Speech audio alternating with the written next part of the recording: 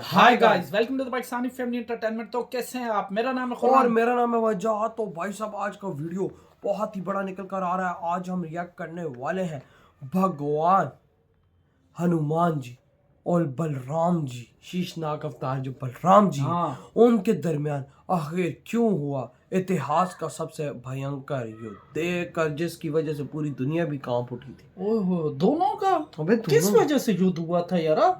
यानी कि भगवान हनुमान जी और शीशनाग अवतार बलराम जी दोनों ही बलराम जी। शक्तिशाली हैं यार। अरे बलराम जी तो भाई साहब है, तुझे शीशनाग अवतार हैं भाई, लेकिन भगवान भाई विष्णु जी आखिर के साथ होते युद्ध हैं। कैसे हुआ, कौन जीता, ये तो भाई हाँ, अब ये देखने के बाद पता चलेगा बिल्कुल बच्चा। भाई। तो बाकी जल्दी से वॉच पहले देखते हैं भाई करते हैं, वही साहब। ना। तो कौन ऑन करते हैं स्टार्ट। रामायण युग में दिव्य शक्तियों से परिपूर्ण राम भक्त हनुमान जी को कौन नहीं वाकई जानता भाई, हर और कौन कोई नहीं जानता। समझता है। उनको कौन नहीं जानता। राम भक्त हनुमान जी सर्वगुण संपन्न बाल ब्रह्मचारी, हर प्रकार के कठिन से कठिन कार्य करने के लिए सदा तत्पर रहने वाले हैं। हनुमान हनुमान जी एक चालीसा बड़ा ऐसे powerful महान है। देवता हैं जो आज कलयुग के निराशावादी जीवन में भी उत्साह का संचार करते हैं। हनुमान जी कलयुग में आदर्श जीवन कैसे जिया जाए इसकी प्रेरणा प्रदान करते हैं। हनुमान जी का जीवन चरित्र उच्च आदर्शों वाला था। उनका जीवन व भक्ति निस्वार्थ थी। और वहीं शेषनाग वह पहला सर्प था जो अपनी मां कंदरू के खिलाफ गया, क्योंकि उसने विनिता यानी गरुड़ की मां पर कब्जा कर लिया था। उन्होंने भगवान ब्रह्मा का ध्यान किया और उन्हें आशीर्वाद के रूप में असीमित शक्ति प्राप्त की। उन्हें आदिशा के नाम से भी जाना जाता है। आदि का अर्थ है पहला और शेष का अर्थ है कल्प के अंत के बाद। दोस्तों, हम सभी जानते हैं कि शेषनाग के दो अवतारों का जिक्र रामायण और महाभारत में मिलता है। रामायण में शेषनाग के अवतार थे भगवान राम के छोटे भाई लक्ष्मण, और महाभारत में शेषनाग के अवतार थे भगवान कृष्ण के बड़े भाई बलराम। दोस्तों, महाभारत में हनुमान जी और शेषनाग अवतार बलराम जी के युद्ध का वृत्तांत मिलता है। आइए जानते हैं क्या हुआ जब हनुमान जी और शेषनाग अवतारी बलराम जी के बीच युद्ध हुआ। कौन विजयी हुआ इस युद्ध में? क्यों हुआ? ये काल चक्र है। खतरनाक इस युद्ध काल हुआ। चक्र में मैं आप सबका अभिनंदन करता हूँ। दोस्तों, YouTube के बेल आइकन को बजाना ना भूलें हमारे लेटेस्ट अपडेट के लिए। दोस्तों, एक बार शेषनाग अवतारी बलराम जी को अपनी शक्ति पर अभिमान हो गया था, जिसे उनके भ्राता कृष्ण जान गए थे। इसलिए उन्होंने हनुमान जी का स्मरण किया। तत्काल हनुमान जी द्वारका आ गए और जान गए कि श्री कृष्ण ने क्यों बुलाया है। श्री कृष्ण और श्री राम दोनों एक ही हैं, वह यह भी जानते थे। इसलिए सीधे राज दरबार न गए, कुछ कौतुक करने के लिए उद्यान में चले गए।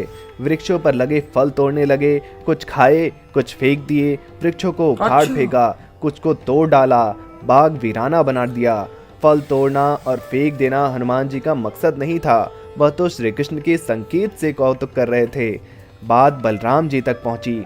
किसी वानर ने राज्योद्यान को उखाड़ दिया है। बलराम जी अत्यंत क्रोधित हुए और बोले, चलो देखता हूँ कौन है यह मूर्ख वानर जिसने ऐसा दुस्साहस किया। बलराम जी जब बाग में पहुंचे तो वहां का मंजर देख और अधिक क्रोधित हो गए। उन्होंने देखा कि एक वानर पूरे बाग को तहस नहस करने के बाद आराम से फल खा रहा है। बलराम जी उस वानर के समीप जाकर बोले, अरे ओ मूर्ख वानर, यहाँ क्या कर रहा है? चला जा यहाँ से, वरना मेरे गदा का एक प्रहार से तू मूर्छित हो जाएगा। हनुमान जी ने कहा, मुझे तो भूख लगी है और मैं यहाँ से अपना पेट भरकर ही जाऊंगा। हनुमान जी के वचनों को सुनकर बलराम जी से रहा ना गया। उन्होंने अपनी गदा उठाई और हनुमान जी पर प्रहार किया। इतने में हनुमान जी ने भी अपना गदा अपने हाथों में ले लिया और बलराम जी के प्रहार को रोक दिया। बलराम जी ने हैरानी भरी नजरों से देखा और ये सोचा कि ये कौन वानर है जिसने मेरे प्रहार को रोक दिया। उन्होंने दूसरा प्रहार किया, हनुमान जी ने उसे भी रोक दिया। फिर क्या था, बलराम जी और हनुमान जी के बीच भयंकर युद्ध प्रारंभ हो गया। दोनों तरफ से जोरदार गदा का प्रहार और पूरा वातावरण गदा के टंकार से गूंजने लगा। दोनों में युद्ध बराबरी पर चल रहा था। कभी हनुमान जी भारी पड़ रहे थे तो कभी बलराम जी। बलराम जी का क्रोध अपनी सीमाओं को पार कर रहा था। उन्होंने गदा छोड़ दिया और अपने हल को आह्वान किया। सारी पृथ्वी कांप उठी। देवताओं में भी चिंता होने लगी कि अब क्या होगा। तभी भगवान कृष्ण वहां प्रकट हुए और बलराम जी को शांत कराया। जब बलराम जी को ये पता चला कि ये वानर कोई और नहीं स्वयं हनुमान जी हैं, तब उन्हें अपनी गलती का एहसास हुआ। भगवान कृष्ण ने उन्हें बताया कि मैं आपको कई दिनों से देख रहा हूँ, आपको अपनी शक्ति पर अभिमान हो गया था, इसलिए मैंने हनुमान जी से ऐसा करने को कहा। इस पर बलराम जी ने अपनी भूल स्वीकार की और हनुमान जी को क्षमा कर दिया।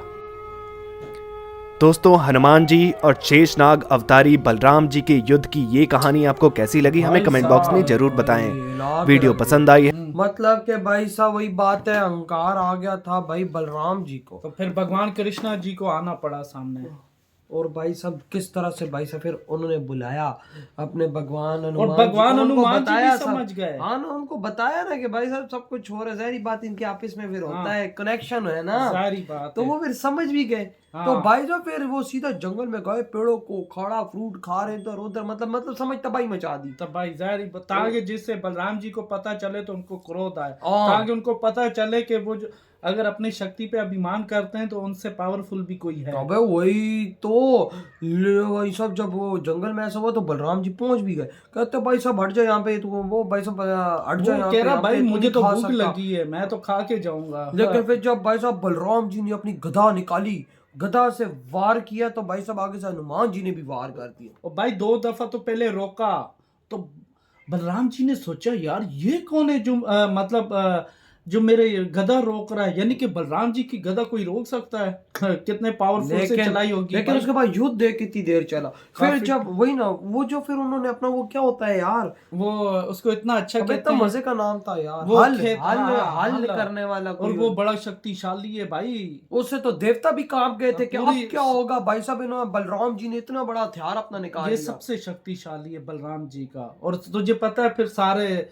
जारी पूरी धरती कांप जाती, जारी बातें पूरा निजाम दिथल बिथल हो जाता है यार। अबे वही तो हो रहा फिर भगवान कृष्णा जी को खुद आना पड़ा भाई साहब, क्योंकि उन्होंने क्योंकि बोला अगर वो हल चलाते तो सब वो मसला हो सकता था, काफी बड़ा सारी युद्ध बात हो है। सकता था उसके इससे भी बाद। ज्यादा भगवान हनुमान जी को कुछ होता ना होता, लेकिन कुछ मसले बहुत खराब हो सकते थे इस क्योंकि दुनिया के लिए, क्योंकि भाई साहब इस दुनिया का निजाम खराब हो सकता था। भगवान कृष्णा जी को फिर खुद आना पड़ा कि यार तुझे जो है ना अपनी वो अभिमान हो गया था ज्यादा शक्तियों पे। मैंने घमंड तो काफी मुझे- दिनों से नोट कर रहा हूँ काफी आपकी ये दिनों से बात, नोट किया था, उनको तो बताया भी फिर। तो भाई वजात भाई भगवान कृष्णा जी ने तो भगवान हनुमान से मेरे ख्याल से उन्होंने सुदर्शन चक्र का भी घमंड तोड़ चुके हैं, हाँ वो जो मुंह में यार, और मतलब कि करोड़ भाई- जी का भी कर चुके हैं। मतलब कि भाई साहब भगवान हनुमान जी, भगवान कृष्ण जी, भगवान राम जी, यानी सारे भगवान विष्णु जी का मतलब हाँ। सारे एक ही हैं, लेकिन तो इनके खिदमत के लिए सबसे आगे रहते हैं। और भाई साहब मैंने एक जगह देखी है कि भगवान हनुमान जी घमंड तोड़ने में सबसे आगे होते हैं।